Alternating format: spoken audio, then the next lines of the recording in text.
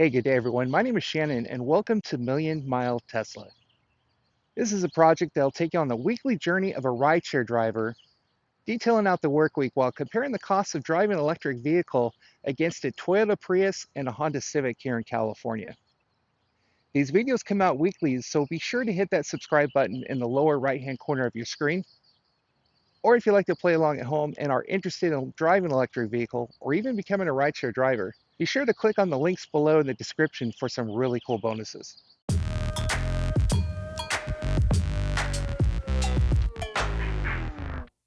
Thank you for visiting, and welcome to week 40 of Million Mile Tesla. While Shannon is out charging at the Tesla supercharging station, I want to review with you the week of March 31st, 2019. This week, the average price for gas in California was $3.60 per gallon, and he worked 26 hours on both rideshare platforms, averaging 5 hours per day on a 5-day work week. To go over this information in more detail, I'm going to send it over to Lee and Celine to do a deeper dive into the data. I'm going to be reviewing with you the rideshare earnings. As this was the end of a one-week vacation, of the 26 hours that were put in for the week, 22 hours were logged as booked hours, which was about 82% of the work week.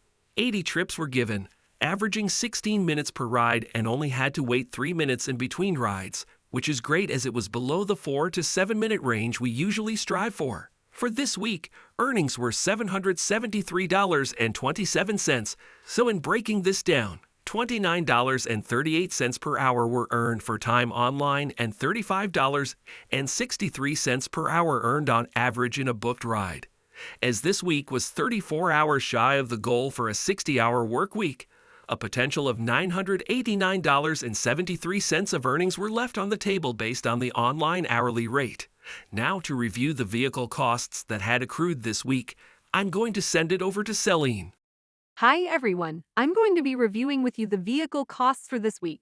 At the end of the work week, 1,528 miles were driven on the car and the average price of gas was $3.60 per gallon. So let's compare the costs of driving a Tesla, along with a Toyota Prius and Honda Civic. Because the Tesla is electric and this vehicle comes with free supercharging for life.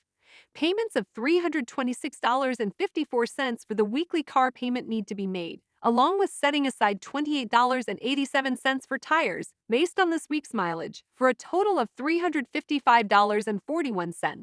If we were driving a Toyota Prius, the weekly car payment would only be $107.54, along with $105.82 for gas, while setting aside $48.56 for tires and future maintenance costs, for a total of $261.92.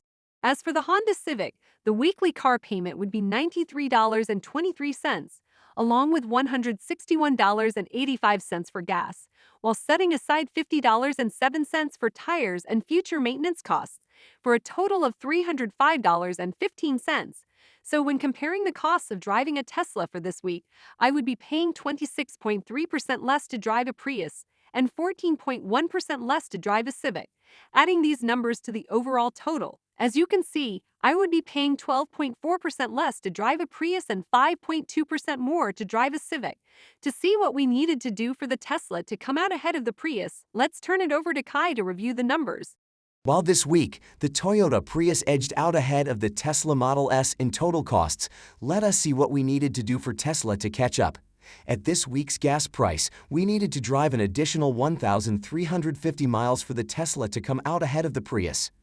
Driving an average of 38 miles per hour, we would need to drive an additional 36 hours for a total of 62 hours this work week. Gas would cost an additional $93.49. As this would equal out our costs between Tesla and Toyota, we also cannot forget the additional maintenance costs we would accrue, which would be $49.73 for the Prius and $25.51 for the Tesla. In adding these additional costs together, the updated amount would be $405.14 for the Prius, which would be 6.4% higher than the Tesla, coming in at $380.92. This should have been done as we were only 34 hours shy of the 60-hour work week, but this was a vacation week. Hey, that's all for this week. If you have any questions or comments about this week's video, please leave your feedback below, and we'll see you all next week.